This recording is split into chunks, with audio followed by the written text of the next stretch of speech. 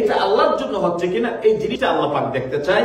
এবং এইটা আকাশের সূর্য যেমন করে আমরা প্রতিদিন দেখি, তেমন ভাবে হাসরের দিন প্রত্যেকের আমলওয়ালা লোকগুলো, কোরবানিওয়ালা মানুষগুলো, হজওয়ালা মানুষগুলো, যাকাতওয়ালা মানুষগুলো, প্রত্যেক আমলওয়ালা মানুষগুলো সেই দিন আকাশের সূর্যের মতো দেখতে পারবেন আপনার ওই কাজটা কার জন্য করেছিলেন। আল্লাহ এমন ভাবে আপনার সামনে ধরে তুলে দিবেন। এই জন্য আল্লাহ পাক রব্বুল আলামিন এই আমলগুলোর পাশনে আমাদের যে জিনিসগুলো রেখে দিয়েছেন এগুলো জানা দরকার।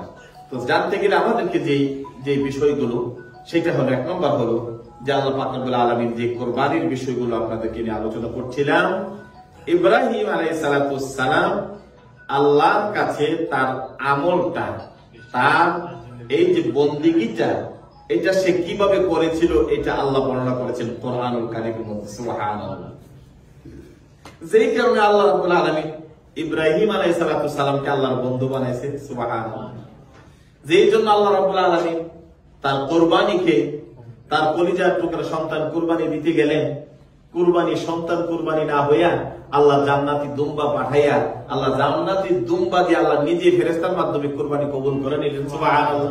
তার মধ্যে একটা কারণ আছে না, যে জিনিসটা ইব্রাহিম আলাইহিস সালামের কাছে চেয়েছিলেন যে আমি এমন ভাবে, আমি এমনটা তোমার কাছ থেকে চাই।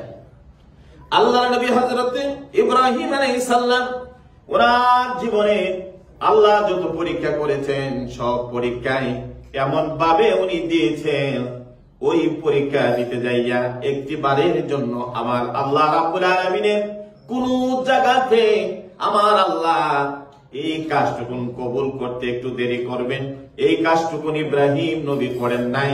যত তাড়াতাড়ি পারেন, যত তাড়াতাড়ি পারেন আমার আল্লাহ রাব্বুল আলামিন আল্লাহর হাবিব আল্লাহর কাজটুকুন করার জন্য, আল্লাহকে খুশি করার জন্য তত তাড়াতাড়ি উনি শুরু করে দিয়েছেন। সুবহানাল্লাহ। কুরবানি করা, সন্তানকে আল্লাহর রাস্তায় কুরবানি করবেন, কুরবানির প্রস্তুতি, কুরবানির জন্য সময় নিতে পারতেন। উনি সন্তানের সাথে সরাসরি আলোচনা করলেন, করে পরের দিন সকালবেলা সন্তানকে নিয়ে রওনা হয়ে গেলেন। কোন সন্তানের ভালোবাসা, দুনিয়ার কোন ভালোবাসা, দুনিয়ার কোন মায়া ইব্রাহিম নবীর কলিজার মধ্যে আনতে পারে নাই। সন্তানকে নিয়ে মিনার প্রান্তরে চলে গেলেন। আমার আল্লাহ রাব্বুল আলামিন ইব্রাহিম নবী এই আমলগুলো দেখলেন। আমার বন্ধু ইব্রাহিম যতটা কঠিন জিনিস আমি তাকে দিয়েছি, কোন জায়গার মধ্যেই তো দেরি করলেন না, বরং সাথে সাথে আদায় করার জন্য চেষ্টা করলেন। তখন আল্লাহ রাব্বুল আলামিন ডাক দিলেন, ওয়া নাদাইনা আইয়া ইব্রাহিম, হে বন্ধু ইব্রাহিম, তোমার সন্তানকে তুমি আর কুরবানি দিতে হবে না, তোমার কুরবানি আমি আল্লাহর কাছে কবুল হয়ে গিয়েছে। তোমার মধ্যে যে ইখলাস, তোমার মধ্যে যে আমি আল্লাহর মহাব্বত, তোমার কলিজার মধ্যে আমি আল্লাহর জন্য যতগুলো যা চাওয়া তুমি সবটুকু আমি আল্লাহর জন্য দিয়ে দিয়েছো। আমি আল্লাহ খুশি হয়ে গিয়েছি। তোমার সন্তান আর কুরবানি দিতে হবে না, জান্নাতি দুম্বা দিয়ে আল্লাহ কুরবানি কবুল করে নিলেন। সুবহানাল্লাহ। কুরবানির জন্য আর দিতে হলো না, আল্লাহ ডাক দিলেন। কোরআনুল কারীম আল্লাহ বলছেন, ও ইব্রাহিম আর কুরবানি করতে হবে না। ও নাদাইনা ইয়া ইব্রাহিম قد صدقت الرؤيا إنا كذلك نجزي المحسنين। ও ইব্রাহিম, আমি যেটা চেয়েছিলাম এটা তুমি করেছো, আমি এইভাবেই প্রতিদান দেই। কে কতটুকু খুলুসিয়াত নিয়ে কাজ করে, কাজের পরে আমি আল্লাহ তার প্রতিদানটা এত বড় করে দেই যে তোমার সন্তান কুরবানি দিতে হলো না, আমি জান্নাতি দুম্বা তোমার তলোয়ারের নিচে পাঠিয়ে দিলাম। সুবহানাল্লাহ। সেখান থেকে কুরবানি চলে আসলো। এটা উম্মতে মুহাম্মাদের জন্য কিয়ামত পর্যন্ত থাকবে। এই কুরবানি যারা ইব্রাহিম আলাইহিস সালাম সন্তান কুরবানি দিয়েছিলেন, তার খুলুসিয়াতের কারণে আল্লাহ জান্নাতি বাহন দিয়ে, জান্নাতি দুম্বা দিয়ে কুরবানি করে নিলেন। এই কুরবানি আপনি আমার জন্য কিয়ামত পর্যন্ত আল্লাহ রেখে দিয়েছেন। এখন এই কুরবানিটা আল্লাহর কাছে কিভাবে কবুল হবে? আবার প্রথম শর্ত আল্লাহ দিয়ে দিলেন, যারা কুরবানি দিবেন, কুরবানিওয়ালা মানুষওয়ালারা, তোমরা এই কুরবানির জন্য, তোমরা যারা কুরবানি দিবা, এই কুরবানির তোমরা যে গোশত খাইবা, তোমরা যে কুরবানি দিবা, কুরবানি ওই পশুটার গোশত এবং রক্ত আল্লাহর কাছে কোনো কিছুই পৌঁছে না। লা ইয়ানালাল্লাহা লুহুমুহা ওয়ালা দিমাউহা। আল্লাহ বললেন, রে দুনিয়ার মানুষ, আমার বন্ধু ইব্রাহিমের এই স্মৃতি অনুযায়ী যারা কোরবানি করছো, এই কোরবানির পশু আমি আল্লাহ কিয়ামত পর্যন্ত তোমাদের জন্য রেখে দিলাম। এই কোরবানি করতে যাইয়া কোরবানি যে করবা, কোরবানির গোশত এবং রক্ত কোনটা আমি আল্লাহর কাছে পৌঁছে না, বরং তোমরা যে ইব্রাহিমের সুন্নতকে তোমরা অনুসরণ করে তোমরা তাকওয়া, আমি আল্লাহকে ভয় করে তোমরা যে আমলটা করছো, আমি আল্লাহর কাছে তোমাদের ওই আমলটা পৌঁছে। সুবহানাল্লাহ। তাহলে বোঝা গেল এখন আমরা যে কোরবানি দিচ্ছি, যদিও আপনারা গোশত খান, যদিও আমরা গোশত খাই, গোশত তো খান কত আরাম করে, কোরবানি গোশত ফজিলত সওয়াব, কিন্তু এই কোরবানি এবং রক্ত মাংস কোনটাই পৌঁছে না, শুধু পৌঁছে আপনি যে আল্লাহকে ভয় করে আল্লাহর হুকুমটা পালন করছেন। এখন যারা এই হুকুম পালন করবেন, আপনাদের জন্য কোরআনুল কারীম আল্লাহ কি বললেন, আল্লাহ জানাই দিলেন, ফাসাল্লি লিরাব্বিকা ওয়ানহার। যারা নহর করবা, যারা কুরবানি করবা, এই নাহরুন শব্দটা হলো কুরবান করা, আর এই নাহরুন শব্দটা হলো রক্ত প্রবাহিত করে দেওয়া। অর্থাৎ ওই জিলহজের যখন কোরবানির দিনে আপনার পশু কোরবানি করে দেওয়া, ওই দিনটাই হলো আল্লাহর কাছে সবচেয়ে বড় আমল। তো আপনি ঈদের দিন কোরবানি করবেন, নহর করবেন, এই নাহরুন বলা হলো রক্ত প্রবাহিত করে দেওয়া, কোরবানি করা। এখন কোরবানি করার আগে আল্লাহ রাব্বুল আলামিন আরেকটা শর্ত আমাদেরকে দিয়ে দিলেন। এই শর্তটা হলো কি? আল্লাহ বলেন, ফাসাল্লি লিরাব্বিকা ওয়ানহার। তোমরা যারা নামাজ পড়বা, যারা নামাজি ব্যক্তি, তোমরা যেন তারা কোরবানি করো। অনেকে আছে নামাজ নাই কিন্তু কোরবানির পালা তো অনেক বড় ধরনের কোরবানির চিন্তা আমরা করি। তো আল্লাহ বলেন, ফাসাল্লি লিরাব্বিকা ওয়ানহার। আগে নামাজ, তারপরে কোরবানি। কোরবানি হলো ওয়াজিব, নামাজ হলো ফরজ। যে ব্যক্তি নামাজ পড়বা না, বেনামাজির জন্য কোরবানি নাই। এই জন্য আল্লাহ বলেন, ফাসাল্লি লিরাব্বিকা ওয়ানহার। যারা নামাজ পড়বা, নামাজি ব্যক্তির জন্য কোরবানি, নামাজি ব্যক্তির জন্য আল্লাহর কাছে সওয়াব, আল্লাহর কাছে সবকিছু। তো তুমি যদি নামাজই না পড়ো, তাহলে তোমার কোরবানি কার জন্য? ফরজ ছেড়ে দিয়া আর এই ওয়াজিব নিয়ে দৌড়াদৌড়ি করার কোনো সার্থকতা নাই। এই জন্য যারা কোরবানি দিবেন তারা যেন নামাজি হয়, যারা কোরবানি দিবেন তারা যেন নামাজ পড়েন, আর নামাজি ব্যক্তির কোরবানি আল্লাহ রাব্বুল আলামিন কবুল করে নিবে। সুবহানাল্লাহ। এখন আমরা যারা কোরবানি দিতে যাই, আমরা যারা কোরবানি করব, কোরবানি আমরাই দেশে একা করতে পারি না, অথবা বাংলাদেশেও আমরা একসাথে করা যায় না। কোরবানির মাসালা হলো, আপনি যাদেরকে নিয়ে কোরবানি দিবেন, আপনি যাদেরকে নিয়ে কোরবানি শরীক হবে, ওই কোরবানির বাকি নামগুলো তারা নামাজ পড়েনি, তারা সঠিক পথে চলেনি, তারা যদি নামাজই না পড়ে, আল্লাহ রাব্বুল আলামিন বলেন, ফাসাল্লি লিরাব্বিকা ওয়ানহার। ওই তাদের জন্য কোরবান যারা নামাজ পড়বেন। এখন বেনামাজির সাথে কোরবানি দিলে আপনার আমলটা আল্লাহর কাছে কতটুকু কবুল হবে?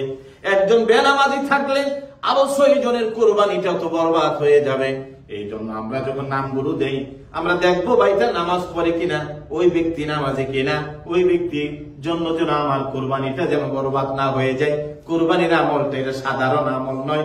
আল্লাহ নবী বলেন, যারা কোরবানি আল্লাহর জন্য দিবা, আল্লাহর সন্তুষ্টির জন্য যারা কোরবানি দিবা, ওই বাহনটা কিয়ামতের দিন এটা পিঠে করে ফুল সারাতের 500 বছরের রাস্তা, ওই বাহন আপনাকে কাঁধে করে করে আল্লাহর জান্নাতে নিয়ে যাবে।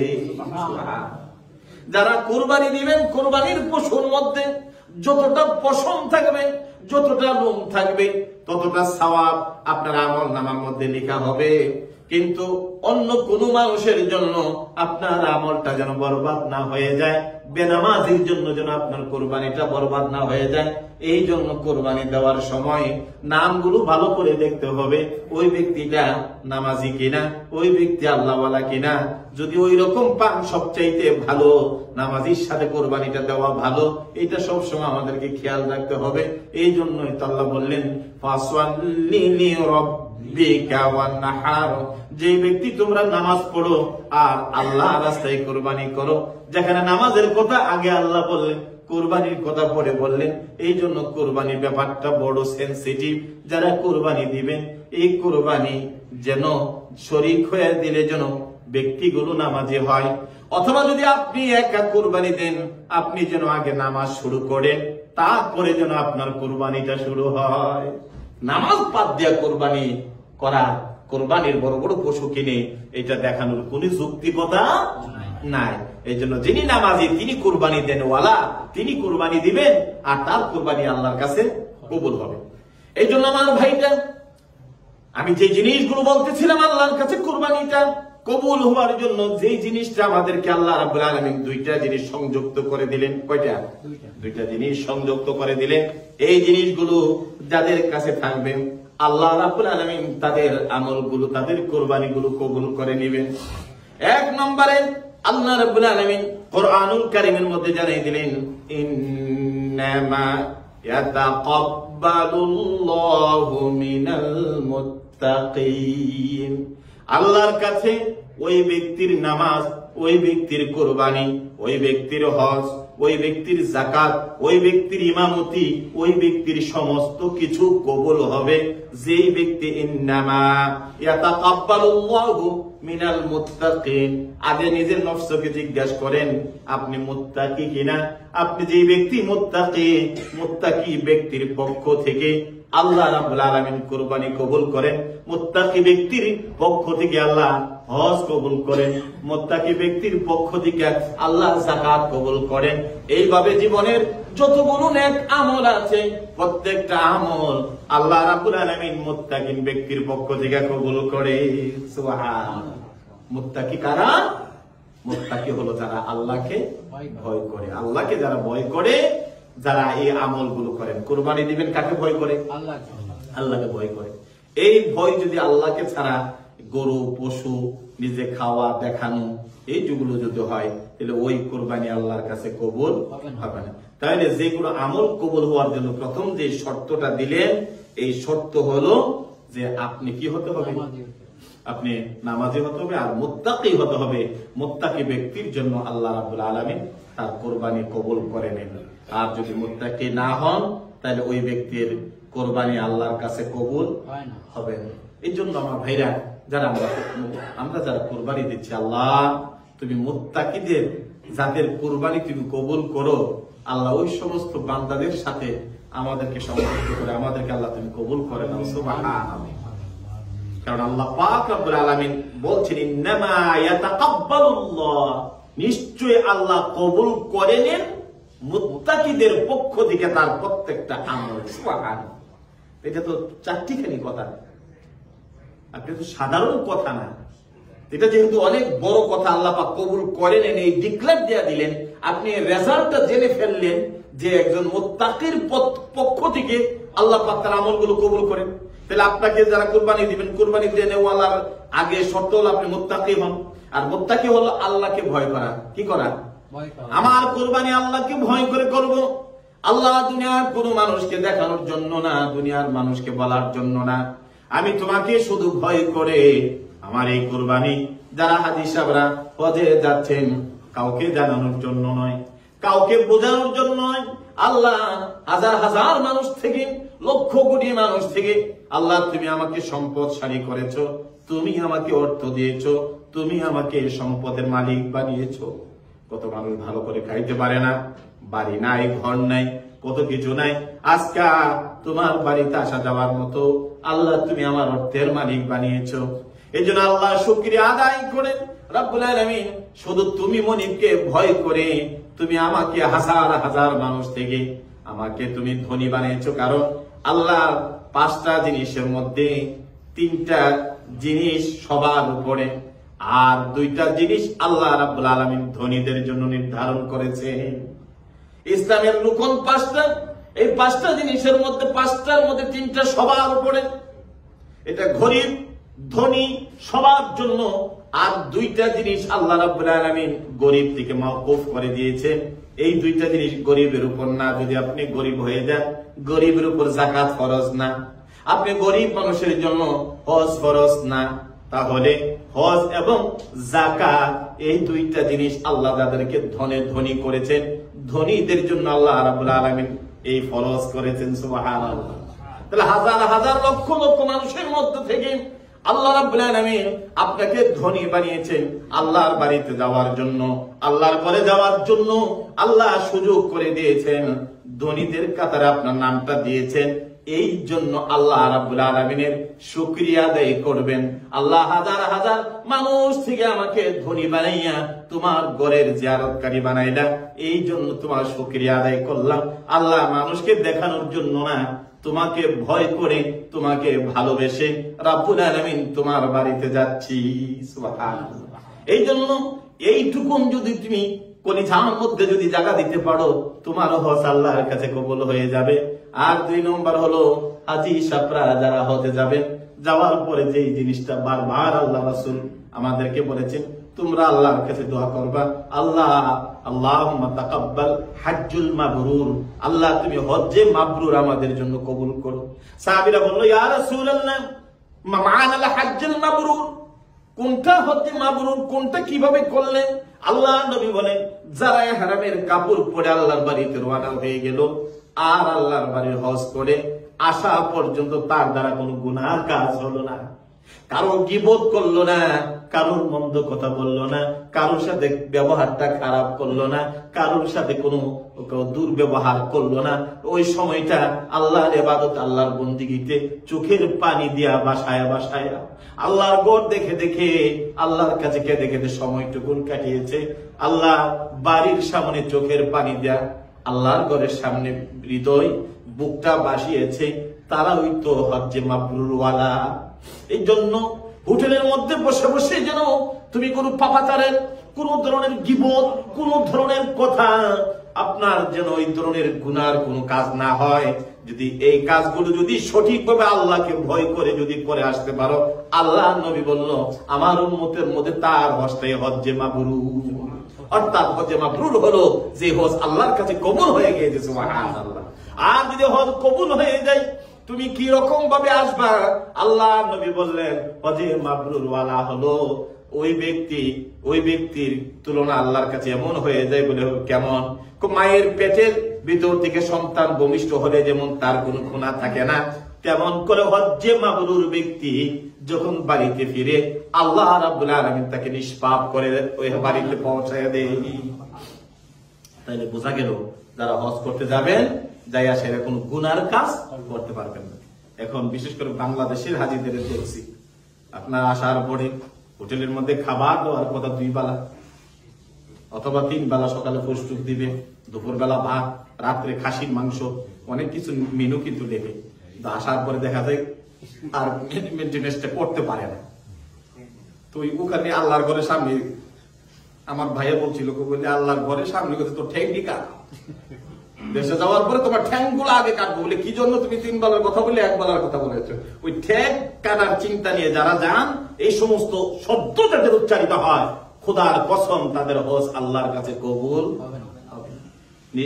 একেবারে মাসুম হয়ে অনেক ভুল হবে, অনেক ত্রুটি হবে।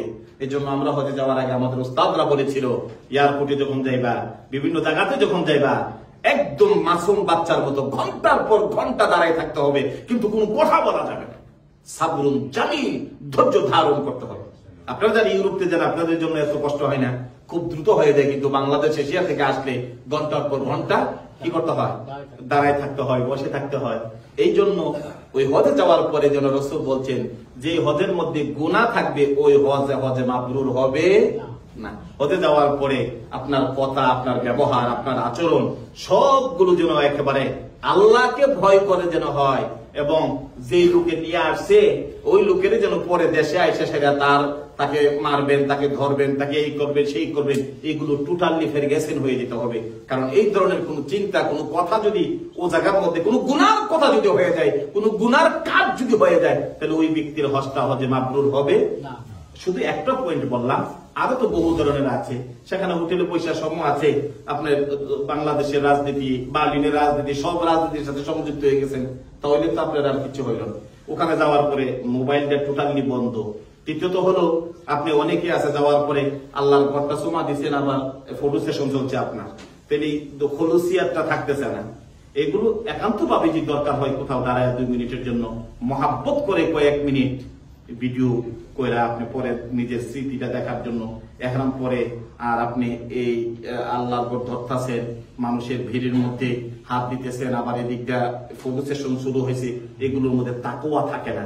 আর তাকওয়া না থাকলে আল্লাহর কাছে হজ কবুল হয় না। এগুলো থেকে যতটা অ্যাভয়েড করে চলতে পারবেন ততটা আল্লাহর কাছে আপনার হজটা কবুল হওয়ার জন্য আপনার আল্লাহর কাছে অনেকটাই আছে। অন্য কোনো দর্শনীয় জায়গাতে গেলে এগুলো মানুষকে দেখার খলুসিয়াতের জন্য করতে পারেন, কিন্তু আল্লাহর ঘরের সামনে এই ধরনের কোন ধরনের বেয়াদবি যেন না হয়, এই থেকে নিজকে খুব সেভ করে রাখবেন। এবং আল্লাহর ঘর দেখার পরে সর্বপ্রথম যে দোয়া করে এটা আল্লাহর কাছে কবুল। সুবহানাল্লাহ। হাজারে আসওয়াদ পাথরের কাছে দোয়া করলে কবুল। আল্লাহর ঘরে যে দরজাটা আছে সেখানে দাঁড়ায় দোয়া করলে কবুল। মাকাম ইব্রাহিমের পাশে তাওয়াফ শেষ করে যখন দাঁড়াবেন দোয়া করলে কবুল। এইভাবে যত জায়গায় দোয়া কবুলের জায়গা আছে সেখানে দোয়া কবুল। মদিনাতে গেলে মদিনা শরীফে যেখানে যেখানে দোয়া কবুল, রাসূলকে যখন সালাম দিবেন, অনেকে ভিডিও করতেছেন আবার সালামও দিতেছেন, এটা বেয়াদবি। সেখানে কাই মনোবাক্যে, কারণ রাসূল জিন্দা মাকবারের মধ্যে, কবরের মধ্যে আপনি যখন সালাম দিচ্ছেন, আব্দুর রহিম সাহেব আপনার সালামটা নবী সরাসরি শুনতেছে, সুবহানাল্লাহ, এবং তিনি নিজে আপনার সালামের উত্তরটা দিচ্ছেন, সুবহানাল্লাহ। এই জন্য মদিনা শরীফে, মক্কা শরীফে যে যেখানে যান, কোন ধরনের বেয়াদবি যেন আপনি আমার মাধ্যমে না হয়ে, জিনিসগুলো খুব খেয়াল করবেন, তাহলে আল্লাহর কাছে আপনার হজ কবুল হওয়া, হজে মাবরুর হওয়ার সম্ভাবনা আছে। এই জন্য আল্লাহ রাব্বুল আলামিন বলেন, ইন্নামা ইয়াতাকাব্বালুল্লাহু মিনাল মুত্তাকিন। যারা মুত্তাকি হবে, আল্লাহকে ভয় করে হজ করবেন, যারা আল্লাহকে ভয় করে কুরবানি করবেন, আল্লাহ রাব্বুল আলামিন তাদের কুরবানি, তাদের হজটা আল্লাহ রাব্বুল আলামিন কবুল করে নিবেন। এই জন্য এখানে লৌকিকতার কোন স্থান নেই, কোনো কিছু নেই, দেখানো যাবে না। যদি যে কোনো জিনিসই মানুষকে দেখানোর জন্য উদ্দেশ্য হয়, তাহলে ওই জিনিসটার যে সরাসরি যেই সওয়াব, এটা আপনি আর পাচ্ছেন না। দ্বিতীয়ত হলো, এই আয়াত প্রমাণ করছে ইন্নামা ইয়াতাকাব্বালুল্লাহু মিনাল মুত্তাকিন, মুত্তাকিদের পক্ষ থেকে আল্লাহ কবুল করেন। তাহলে এখানে একটা সিউরিটি আছে, আল্লাহ আপনার আমল কবুল করেন। কবুল করার জন্য যে দুইটা জিনিস শর্ত দিলেন, একটা হলো মুত্তাকি হওয়া, একটা কি মুত্তাকি, আল্লাহকে ভয় করেওয়ালা ব্যক্তিকে মুত্তাকি বলা হয়। আমরা এই জন্য বলছি লাআল্লাকুম তাত্তাকুন, যারা সিয়াম পালন করে, আমি এই জন্য সিয়াম পালনকারীকে রোজা দিয়েছি, সিয়াম দিয়েছি যেন তারা তাকওয়াকারী হয়, তাহলে তাকওয়া অর্জন করা। এই জন্য মুত্তাকি হলো যারা আল্লাহকে ভয় করে, যে কোনো কাজ করে, তাদের নাম কোরআনের ভাষায় মুত্তাকিন। তাদের নাম কি? মুত্তাকিন অথবা মুত্তাকি। যারা আল্লাহকে ভয় করে, আমার চলা, আমার বলা, আমার খাওয়া, আমার দাওয়া, আমার কুরবানি, আমার হজ, আমার জীবনের সবকিছু আল্লাহকে ভয় করে যিনি করেন, তার নাম কোরআনের ভাষায়, কোরআনে আপনার নাম দিয়েছে মুত্তাকি। আপনি তাকওয়াকারী, আপনি মুত্তাকি। তো এই মুত্তাকি ব্যক্তি যখন কোন নেক আমল করেন, আল্লাহ রাব্বুল আলামিন বলেন, আমি ওই ব্যক্তির পক্ষ থেকে আমি কুরবানি কবুল করি, আমি তার হজ কবুল করে নিই, আমি তার যাকাত কবুল করে নিই। এই জন্য কবুল হওয়ার জন্য যে শর্তটা, প্রথম যে শর্তটা আল্লাহ দিলেন, এইটা হলো আমি যেন মুত্তাকি হয়, আমি যেন আল্লাহকে ভয় করেওয়ালা হয়। এই ভয় নিয়ে যদি আমি কাজ করি, তাহলে আমার কাজটা আল্লাহর কাছে কবুল হবে। এই গুণটা অর্জন করার জন্য আমাদেরকে চেষ্টা করতে হবে। 2 নম্বরে হলো, আল্লাহ রাব্বুল আলামিন, আল্লাহর হাবিব সাল্লাল্লাহু আলাইহি সাল্লাম বলেন, আল্লাহর কাছে যে কোনো কাজ কবুল হওয়ার জন্য যে জিনিসটা দরকার, ইন আ'লামু আন্না আল্লাহ ইয়াতাকাব্বালু মিন্নি আমালান। আল্লাহর কাছে যদি এই আমল কবুল হয়, আল্লাহর নবীর সাহাবী হযরত ইবনে মাসউদ রাদিয়াল্লাহু তাআলা বলেন, আমি যদি জানি আল্লাহর কাছে আমার এই আমলটা কবুল হবে এই গুণের জন্য, এর চাইতে আমার বড় নিয়ামত আর কি? কোন গুণটা? যে আপনি মুত্তাকি। তো উনি বলেন যে ইন আ'লামু, যখন আমি জানবো যে আন্নাল্লাহ ইয়াতাকাব্বালু, আল্লাহ আমার পক্ষ থেকে কোন আমল কবুল করেছেন, মিন্নি আমালান, কোন আমল আল্লাহর কাছে আমার পক্ষ থেকে আল্লাহ কবুল করেছেন, আমি যখন এইটা জানবো, আমি কত খুশি হব। তিনি বলছেন, আফদালু ইনদি মিন জামিদ দুনিয়া, সারা পৃথিবীটা যদি স্বর্ণ ভর্তি করে আমাকে যদি কেউ দে, তার চাইতে আরো বেশি খুশি হব যে আল্লাহ আমার পক্ষ থেকে আমার কুরবানিটা, আমার যে কোনো একটা নেক আমল কবুল করেছে। সুবহানাল্লাহ। দুনিয়ার চেয়ে দুনিয়ার ভর্তিপূর্ণ যদি স্বর্ণ দিয়ে যদি আমাকে কেউ দেয়, আমি তার চেয়ে বেশি খুশি হব যে আমি যখন শুনবো আল্লাহ পাক আমার একটা জিনিস কবুল করেছে। তাহলে কবুলওয়ালা যারা, আল্লাহর কাছে কবুলের জন্য যারা চিন্তা করেন, তারা এইভাবেই চিন্তা করেন। এই জন্য যারা কোরবানি দিবেন, এর সাথে দুইটা জিনিস, একটা হলো মুত্তাকি হন, আল্লাহ আপনাদেরকে মুত্তাকি বলেছেন। দুইটা হলো খুলুসিয়া, ইখলাস। ইখলাস যদি না থাকে তাহলে কোনো জিনিস কবুল হয় না। খালেসের সাথে, আল্লাহ আমার এই কাজটা তোমার সন্তুষ্টির জন্য, আমার কোরবানি তোমার জন্য, আমার হজ তোমার জন্য, আমার যাকাত তোমার জন্য, আমার সবকিছু তোমার জন্য, এইভাবে যখন কোনো মানুষ চিন্তা করে, তখন আল্লাহ রাব্বুল আলামিন আল্লাহর পক্ষ থেকে ওই ব্যক্তির জিনিসগুলো কবুল করে নেয়। তাহলে কয়টা জিনিস বললাম? দুইটা জিনিস। একটা হলো আপনি মুত্তাকি হতে হবে, আর 2 নম্বর জিনিস হলো খুলুসিয়াত, খালেস অর্জন করতে হবে। যে আল্লাহ আমার সব, আমি যা কিছু করব, আমার কোরবানি, আমার হজ, আমার যাকাত, আমার দান, আমার খয়রাত, আমার যত কিছু আছে, আল্লাহ তোমার সন্তুষ্টির জন্য করব। খুলুসিয়াত ভাবে আল্লাহর সন্তুষ্টির জন্য আমার এই আমলগুলো, এই নিয়ত যখন করবেন, তখন আল্লাহর কাছে বান্দাদের আমলগুলো কবুল হইতে থাকে। সুবহানাল্লাহ। এই জন্য কোরবানির জন্য প্রথম যে শর্তটুকু দিয়েছেন,